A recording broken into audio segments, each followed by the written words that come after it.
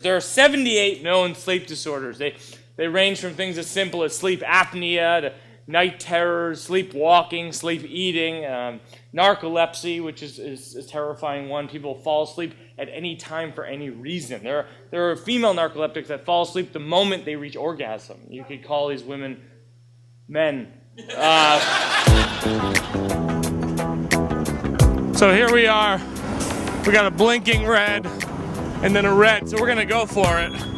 We're going to push through because we got a show to get to. I remember I was living with my girlfriend at the time. I started having this recurring dream that there was a hovering insect-like jackal in our bedroom, which is the scariest animal one's brain can conjure, is a jackal that defies gravity. Yeah, so this is it. This is the show. And I mean, I think it's simply perfect, but who are you going to agree with, me or the New York Times? We're here at my apartment. This is my off-Broadway sized apartment. And we're here talking about my show Sleepwalk with me. That's at the Bleecker Street Theater. And look who's here, my director, Seth Barish. Hi, Broadway.com. Oh, look at that. It's a Broadway.com microphone. Every week I write something. I write a blog called mysecretpublicjournal.com. I write on a blog.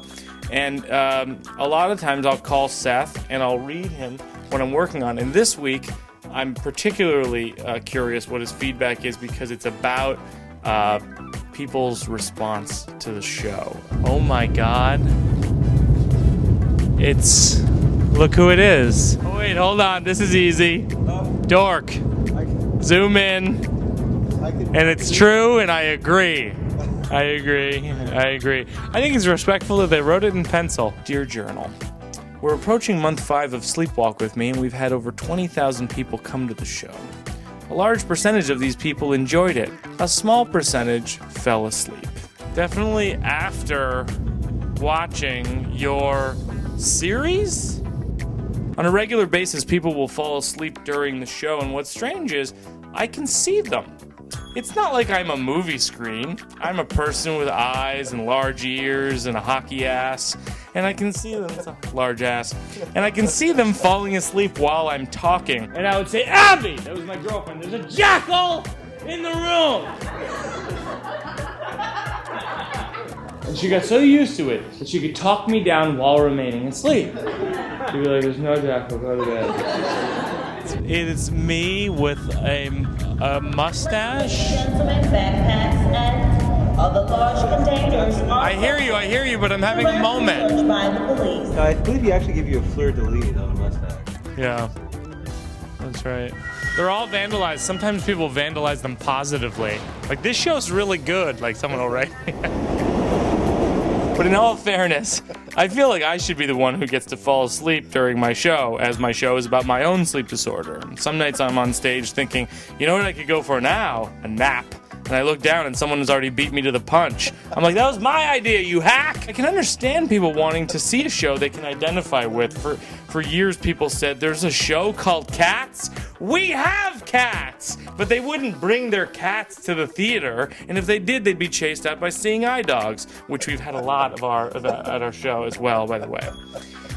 I think the show Cats would be so cathartic for cats, though. They'd be like, yeah, this is what I'm talking about. That's a side note. That should be in parentheses. One night I had a dream that I was in the Olympics for some kind of arbitrary event like dustbustering. And they told me I got 3rd place. And I stood up on the 3rd place podium and I'm feeling good about myself. Even in my dreams, I don't win. I think that's important to point out. In my wildest dreams, I place. It's a very personal show, actually. One of the reservations I had about doing the show originally was how personal and intimate it is. And what's odd is actually the longer I do it, the less I think people think that it's actually a real story, that they think it's a play and that I'm performing a play, and they like it. They like the play, and so I'm, all right, you know, it's true. Last week was even stranger because, I don't know if you heard about this, an audience member kept walking out of the theater during the show, and then he'd return, and then he'd leave again. I asked our producer Eli in the lobby why the guy kept leaving, and he explained that the man had fainted during the show. because he has a rare medical condition where he faints when he hears medical terms. A guy will have a dream that there's a burglar at the door, and he'll take a bat and he'll beat the burglar to death. He'll wake up, and it's not a burglar, it's his wife, and she's dead. And I read this, and I thought, maybe that's what I have. And I still didn't see a doctor. Eli explained to him that he shouldn't go back in because there were 2 more stories about medical situations, and the guy said, no, I have to see the show. So he went back in, and then he fainted again. It was like one of these stories you hear where people black out drinking, they wake up in Idaho, they don't know where they are, they're just like, oh no, parties, you know, or whatever's there. But it was in my own living room. I was like, oh no, TiVo pieces. With both the fainting guy and the people who fell asleep, they're always the first people who come up to me and tell me how much they like the show. And what's weird is I'm starting to believe them. When I was in high school, my parents took my family on a trip to Italy. And it was like this once-in-a-lifetime, I never told you about this once-in-a-lifetime opportunity to visit my roots. And I fell asleep on the pew inside the Sistine Chapel with my backpack as my pillow. And I wasn't doing it because I hate Michelangelo. I did it because I was tired. And when I got home to Shrewsbury, my friends asked me, how was Italy? And I said, and that concludes this week's entry in my Secret Public Journal. Someone broke my face. See, we have it set up so every time someone opens the door, it breaks my face in half. It's very flattering. Word of mouth has been the biggest, has had the biggest effect on filling the houses every night. Because we had these reviews in November and it was really positive, and it wasn't until like December, January, even as recently as February, that it's just been packed. It's been packed. We actually, we've been opening out the house to even like a bigger size because it's just so darn packed. So I'm very fortunate, and thank you, Broadway.com viewers, for continuing to come. If you haven't seen the show, please come see it. If you've seen it, see it again. You'll get different things the second time. So I jumped through a window and I screamed, ah!